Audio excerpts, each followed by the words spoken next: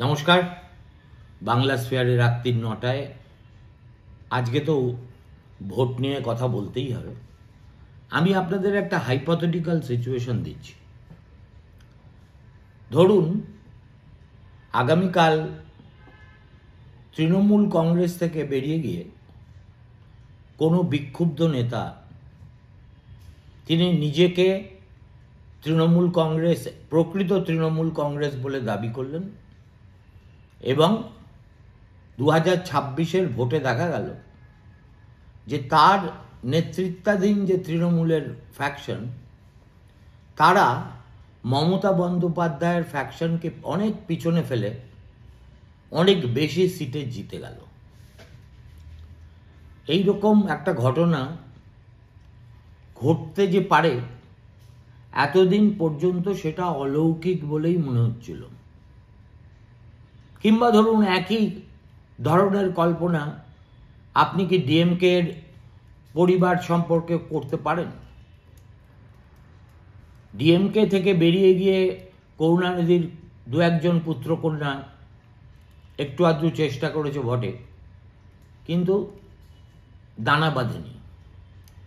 একইভাবে বিহারে যাদব বংশীয়দের পরিবার থেকে কেউ বেরিয়ে এসে যদি লালু প্রসাদের বিরোধিতা করে, সে কোনো ইলেকট্রাল সাফল্য পাবে?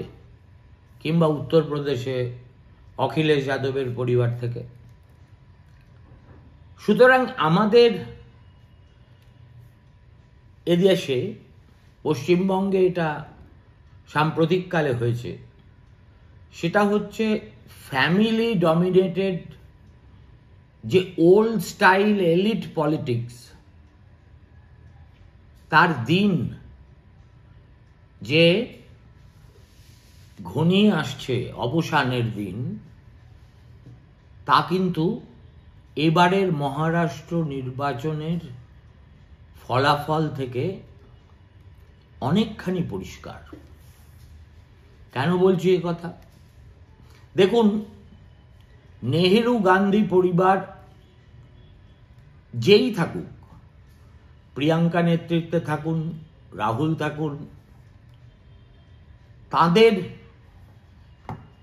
কোনো জনমনোহরণী শক্তি তাদের বাবা বা ঠাকুমার তুলনায় 100 ভাগের 1 ভাগও নেই। তাদের প্রয়োজনীয়তা কি? তাদের প্রয়োজনীয়তা হচ্ছে তারা না থাকলে কংগ্রেস শতদা বিভক্ত হয়ে যাবে, যেটা সীতারাম ইয়েচুরির আমলে আমরা দেখেছিলাম। সুতরাং নেহেরু গান্ধী পরিবারকে কংগ্রেস যারা করে তাদের যতটা প্রয়োজন, সাধারণভাবে ভারতবাসীর আর আদৌ ততটা প্রয়োজন কিন্তু নেই। থাকলে রাহুল গান্ধী এত চেষ্টা করেও পাশা সেভাবে একক চেষ্টায় তো দূরস্থান, অন্যের সঙ্গে হাত মিলিয়েও ওল্টাতে পারছেন না। তার মানে নেহেরু গান্ধী পরিবারের রাজনৈতিক কার্যকারিতা কংগ্রেসের অল ইন্ডিয়ার বাইরে এখন কমতে কমতে প্রায় তলানিতে এসে ঠেকেছে। ঠিক একইভাবে মহারাষ্ট্রে আমরা এতদিন যাবৎ যা দেখে এসেছি সেটা হলো এক একটা জেলায় বা এক একটা অঞ্চলে এক একটি পুরনো রাজনৈতিক পরিবারের বলবোলা, তাদেরই দাপট, তারাই সেখানকার সমাজ অর্থনীতি নিয়ন্ত্রণ করে। এই রকম অজস্র পরিবারের কথা আমি বলতে পারি। কিন্তু এই সমস্ত পরিবারের মধ্যে দুটো পরিবার মহারাষ্ট্রের রাজনীতির পরিপ্রেক্ষিতে এতদিন পর্যন্ত খুব গুরুত্বপূর্ণ ছিল এবং সেই কারণেই সর্বভারতীয় রাজনীতিতেও তাদের গ্রহণযোগ্যতা ছিল। এই দুটি পরিবারই এবার কার্যত অস্তিত্বের সংকটে মুখে এসে দাঁড়িয়েছে। প্রথম পরিবার অবশ্যই শরদ পাওয়ারের, আর দ্বিতীয়টি উদ্ধব ঠাকরের। উদ্ধবের প্রসঙ্গে আমি পরে আসছি, আগে শরদ পাওয়ারের পরিবারের প্রবল প্রতিপত্তি নিয়ে দু চার কথা বলি।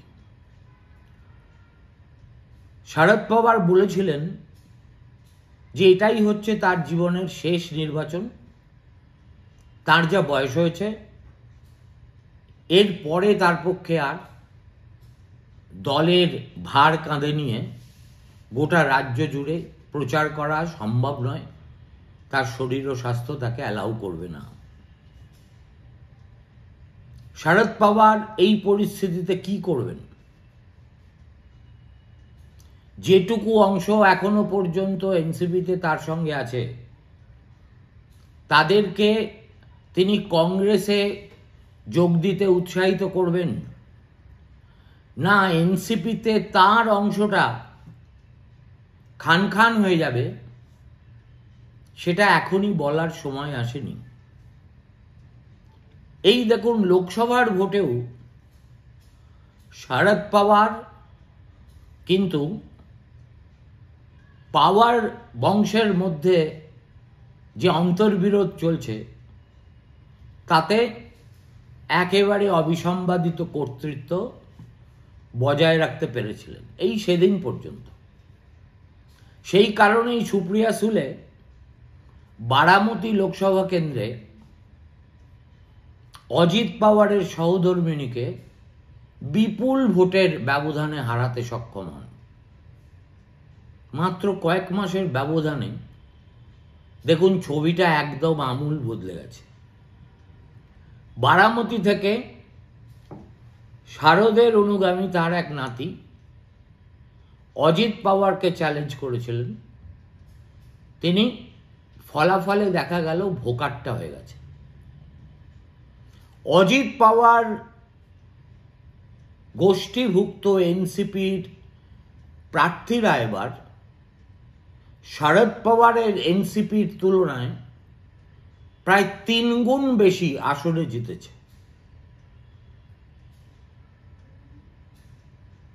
তাহলে শরদ ম্যাজিক বলে যে বস্তুটা মহারাষ্ট্রের রাজনীতিতে গত 50-60 বছর ধরে প্রায় ফোকলোরের জায়গায় পৌঁছে গেছিল, তারও কি এক্সপায়ারি ডেট এসে গেল?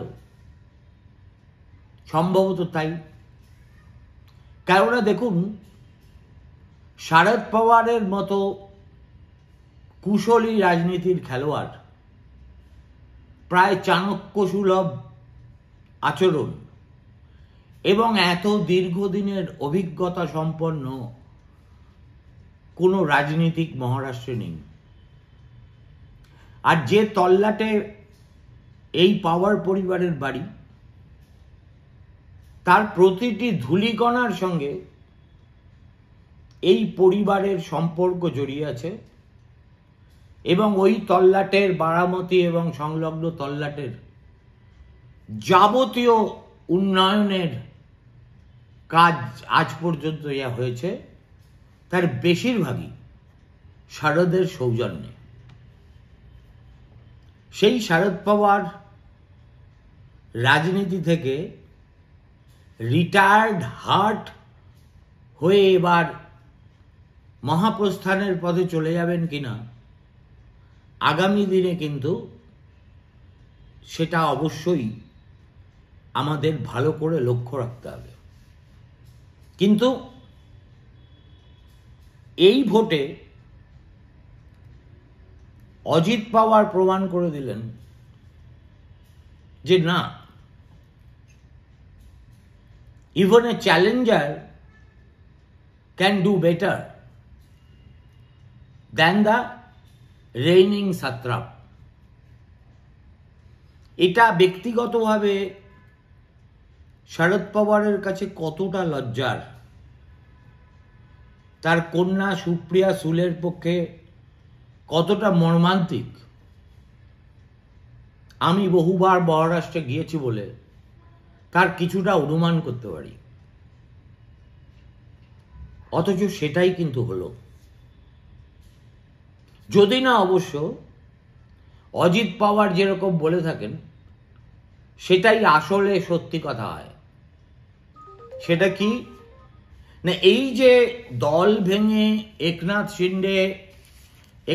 শিন্দে নয়, অজিত পাওয়ার বিজেপি জোটে চলে গিয়েছিলেন, সেটা নাকি হয়েছিল শরদ পাওয়ারের প্রত্যক্ষ মদতেই। অর্থাৎ দল ছেড়ে যাওয়ার আগে অজিত পাওয়ার যখন তার মতামত জানতে চেয়েছিলেন তখন কিন্তু খুব জোরের সঙ্গে শরদ না বলেননি। ভারতবর্ষের অন্য কোনো রাজনীতিবিদ সম্পর্কে এইরকম একটা রটনা রটলে আমি তা বিশ্বাস করতাম না, কিন্তু শরদ পাওয়ারের পক্ষে সবকিছু সম্ভব। যে বসন্তদাদা পাটিল তাকে পুত্র সম ভালোবেসে মহারাষ্ট্রের কংগ্রেস রাজনীতিতে পরিচিতি করে দিয়েছিলেন, তার মন্ত্রিসভা থেকে বেরিয়ে এসে তাকে ব্যাকস্ট্যাপ করতে এক মিনিটও ভাবেননি শরদ। অতএব তার রাজনীতির একটা অদ্ভুত বৈপরীত্য হলো, লক্ষ্য করবেন বিরোধী শিবিরের মধ্যে শরদ পাওয়ারই একমাত্র নেতা যার শাসক এবং বিরোধী উভয়ের কাছেই প্রায় সমান গ্রহণযোগ্যতা আছে। কিছুদিন আগে পর্যন্ত নরেন্দ্র মোদী প্রকাশ্য জনসভায় শরদ পাওয়ারকে তার রাজনৈতিক গুরু বলে অভিহিত করতেন।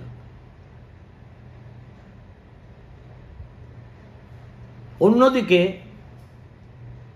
শরদ পাওয়ার এমন একজন রাজনীতিক যিনি এই বাজারে বম্বেতে তার বাড়িতে বসে সমস্ত প্রেসকে খবর দিয়ে গৌতম আডানির সঙ্গে ঘন্টার পর ঘন্টা রুদ্ধদ্বার বৈঠক করতে পারেন। রাহুল গান্ধী কিভাবে নেবেন ব্যাপারটা, তা নিয়ে তার বিন্দুমাত্র ভ্রুক্ষেপ কখনো ছিল না, আজও নেই। আপনাদের স্মরণে এটাও থাকতে পারে যে যখন হিন্ডেনবার্গের রিপোর্ট বেরোলো প্রথম, শর্ট সেলার হিন্ডেনবার্গ, তখন বিরোধী নেতাদের মধ্যে একমাত্র শরদ পাওয়ারই কিন্তু তাকে নস্যাৎ করে দিয়ে বলেছিলেন এটা সম্পূর্ণ অসত্য। তার মানে দাঁড়াচ্ছে কি, বরের ঘরের মাসি আর কনের ঘরের পিসি একই সঙ্গে এই দুটি ভূমিকায় থাকতে পারাটা খুব সহজ কাজ নয়। অধিকাংশ রাজনীতিবিদের পক্ষে কার্যত অসম্ভব। কিন্তু শরদ পাওয়ার যে সেটা একেবারে পারেন না তা তো নয়। শরদ পাওয়ার গাছেরও খাবেন তলারও কুড়োবেন, এই নীতি মেনেই এতদিন রাজনীতি করেছেন। এবার তার পায়ের তলার মাটিটা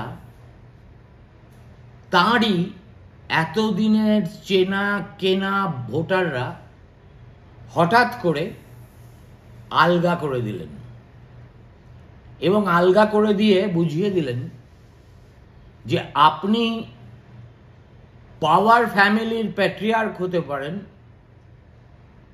কিন্তু এই পরিবার আপনার হাতেই থাকবে, এবং না থাকলে আমরা অস্বস্তি বোধ করব, এ কথা মনে করার কোনো কারণ নেই। সুতরাং এনসিপি মানে শরদ পাওয়ার গোষ্ঠী প্রথম কথা সুপ্রিম কোর্টে গিয়ে আর সিম্বল বা এইসব নিয়ে মামলা করে কোনো লাভই হবে না, কেননা মানুষের দ্বারা অগ্নি পরীক্ষায় যখন অজিত পাওয়ার জিতে গেছেন তখন তিনিই হবেন রিয়েল এনসিপি। এবার এনসিপিতে যে অবশিষ্ট যে কজন রয়ে গেল তাদের মধ্যে কয়েকজন সুযোগ বুঝে ওই মহাজ্যোতি জোটে ঝাঁপ দিতে পারেন। আবার শরদ পাওয়ার যদি সত্যিই সক্রিয় হন এবং চেষ্টা করেন তাহলে তার কন্যা সহ ইম্পর্টেন্ট লিডারদের বলতে পারেন তোমরা কংগ্রেসের সঙ্গে মিশে যাও। এই একটা ইঙ্গিত শরদ ভোটের আগে অনেক দিন ধরে দিচ্ছিলেন, কিন্তু তিনি বললেই যে সবাই তাতে সম্মত হবে এমন তো নয়। তিনি তো নিজের ভাইপোকেই আটকাতে পারেননি। প্রফুল্ল প্যাটেল মহারাষ্ট্র রাজনীতির সবচাইতে গুরুত্বপূর্ণ পরগাছা। শরদ পাওয়ারকে অবলম্বন করে যার উত্থান, বাড়বাড়ন্ত, বৈভব সব কিছু, তাকেও তো তিনি ধরে রাখতে পারেননি। সুতরাং তিনি বললে তার গোষ্ঠীর নেতারা সেটাকেই শিরোধার্য করবেন, এ কথা মনে করার মতো জায়গায় শরদ আর নিজেকে রাখেননি। কেননা একজন বিজয়ী সেনাপতির কথা শুনতে অনুগামীরা যতটা পছন্দ করে, হেরে ভূত হয়ে যাওয়া সেনাপতিকে ততটা গুরুত্ব দেয় না। কিন্তু আমাদের কাছে ভবিষ্যতের প্রশ্নে এনসিপিতে কি হয়, এই পরিবারটা ধীরে ধীরে কমপ্লিটলি অপ্রাসঙ্গিক হয়ে যায় কিনা, সেটা অবশ্যই দেখার। মহারাষ্ট্রের রাজনীতির ক্ষেত্রে এর চাইতেও অনেক গুরুত্বপূর্ণ হলো বাল ঠাকরের বায়োলজিক্যাল উত্তরাধিকার উদ্ধব ঠাকরের থাকলেও রাজনৈতিক উত্তরাধিকার আজ এই মুহূর্তে যে তার নেই, এই নির্বাচনের ফলাফলে সেটা কিন্তু প্রমাণিত হয়ে গেল। এবং একনাথ শিন্ডে দলবল নিয়ে বিজেপির সঙ্গে সরকার গঠন করার সময় থেকে যা বলে আসছিলেন দেখা গেল সেটাই সত্যি। তিনি কখনো চড়া সুরে উদ্ধব ঠাকরের সমালোচনা করেছেন বা বিদ্রূপ করেছেন এটা নয়, যতটা উদ্ধব এবং তার পুত্র শিন্ডেকে গালমন্দ করেছেন ততটা কিন্তু কর্কশ বা হিংস্র মনোভাব শিন্ডে দেখাননি। তিনি শুধু এই কথা বারবার বলে গেছেন যে আমরা বালা সাহেব ঠাকরের রাজনৈতিক দর্শনের অনুগত শিব সৈনিক এবং বাল ঠাকরের মতাদর্শে বিশ্বাস করে কংগ্রেস অথবা এনসিপির সঙ্গে আমরা জোট বাঁধতে পারি না, এটা আমাদের ডিএনএর বিরুদ্ধে। আমাদের একমাত্র ন্যাচারাল অ্যালাই হচ্ছে বিজেপি, এত বছর ধরে আমরা সেটাই করে এসেছি। উদ্ধব ঠাকরে সেই পথ থেকে দলকে বিচ্যুত করে দিয়ে নিজের মুখ্যমন্ত্রিত্বের কারণে কার্যত সেই উত্তরাধিকারটাকেই একটা প্রশ্নচিহ্নের মুখে ফেলে দিয়েছিলেন, যেটা আমি আমার মতো করে পুনরুদ্ধার করার চেষ্টা করছি এবং সেই চেষ্টায় তিনি 16 আনার উপরে 18 আনা সফল হয়ে গেলেন। কেন হলেন? দেখুন, উদ্ধব ঠাকরের ব্যক্তিগত পলিটিক্যাল ক্যারিজমা তার বাবার ধারে কাছে না থাকলেও fact of the matter is he is the original Thackeray. তা সত্ত্বেও একটা আপস্টার্ট চ্যালেঞ্জার তার পরিবার, এই মাতশ্রী ভবন, এই সমস্ত কিছুকে ম্লান করে দিতে পারলো কিভাবে? অজিত পাওয়ার শারদ পাওয়ারের সঙ্গে সারা জীবন রাজনীতি করেছেন, ওই পরিবারের অংশ। অতএব তার তো আর আলাদা করে নিজেকে পরিচিত করার কোনো দরকার নেই মহারাষ্ট্রের জনতার কাছে। কিন্তু who is Eknath Shinde? He was a completely unknown character. জীবন শুরু করেছিলেন অটো রিক্সা চালক হিসেবে, ধীরে ধীরে ধীরে ধীরে ধীরে ধীরে ধীরে ধীরে শেষ পর্যন্ত তিনি মহারাষ্ট্রের মুখ্যমন্ত্রী হয়েছেন। আজকের ফলাফলের পরে তিনি মুখ্যমন্ত্রিত্ব রক্ষা করতে পারবেন কি পারবেন না, সেটা অবশ্যই একটা বড় প্রশ্ন। কেননা বিজেপি এককভাবে এবার যত আসন পেয়েছে তাতে লজিক্যালি এবং র্যাশনালি মুখ্যমন্ত্রীর পদটা তাদেরই পাওয়ার কথা। কিন্তু যেহেতু দিল্লির মহানির্ণায়কের নাম নরেন্দ্র মোদী, অতএব এ ব্যাপারেও কোনো দুম করে ভবিষ্যৎবাণী করাটা ঠিক হবে না। দেখা গেল এবারও শিন্ডে মুখ্যমন্ত্রী হিসেবেই রয়ে গেলেন। হয়তো তার সঙ্গে একটা রফা হলো যে তিনি 1.5-2 বছর থাকবেন, তারপরে ফাড়নবিস হবে। কি হবে আমরা জানি না। কিন্তু এই যে চ্যালেঞ্জ এবং রাজপথ থেকে উঠে এসে সবচাইতে এন্টাইটেলড একটা পলিটিক্যালি এন্টাইটেলড পরিবারের সন্তানদের কার্যত ইরেলিভেন্ট করে দেওয়া,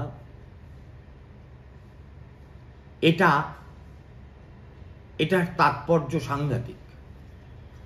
কিভাবে শিন্ডে এটা পারলেন? এই ধরুন, একইভাবে ধরুন দেবেন্দ্র ফডনবিস রাজ্যের মুখ্যমন্ত্রী হওয়ার আগে তিনি কে, কি তার পরিচয়, সেটা বিদর্ভের বাইরে মহারাষ্ট্রবাসীও জানত না, বাকি ভারতবাসীর কথা তো বাদ দিন। ঠিক একইভাবে শিন্ডে উদ্ধব ঠাকরের বিরুদ্ধে বিদ্রোহ ঘোষণা করে বিজেপির সঙ্গে জোট বাঁধার পরেই আমরা জানতে পারলাম যে এই নামের একজন ডাকাবুকো শিবসেনার নেতা আছেন, এবং তিনি যেটা করলেন সেটা হচ্ছে তিনি ধীরে ধীরে, তিনি প্রথম কথা মৃদুভাষী,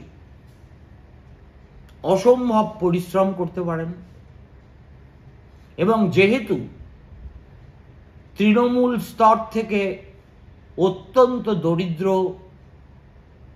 জীবনযাপন থেকে আজকে এই জায়গায় এসেছেন, ফলে মানুষের সঙ্গে ব্যবহারে তিনি অত্যন্ত নরম, সকলকে সঙ্গে নিয়ে চলার ব্যাপারে নমনীয়, এবং সবার উপরে কেউ যা প্রত্যাশা করেনি তিনি সেটা সম্ভব করে দেখালেন। সেটা হলো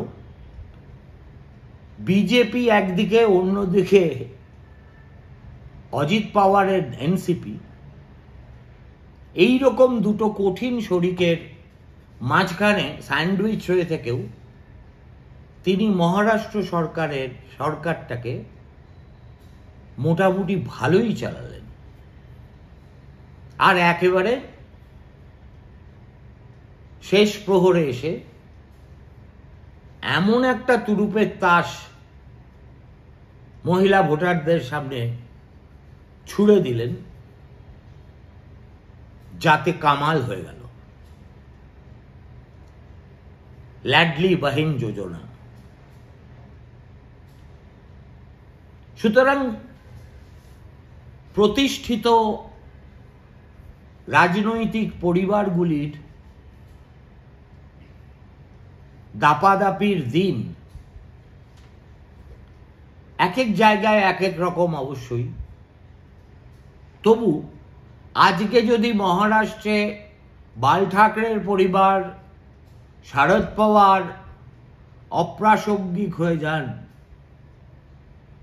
আগামীকাল রাজনীতিতে নবাগত কালীঘাটের বন্দ্যোপাধ্যায় পরিবার হবেন না, বা যাদব বংশীয়রা হবে না, এমনকি ডিএমকে হবে না, এই গ্যারেন্টিও কিন্তু কেউ দিতে পারছে না।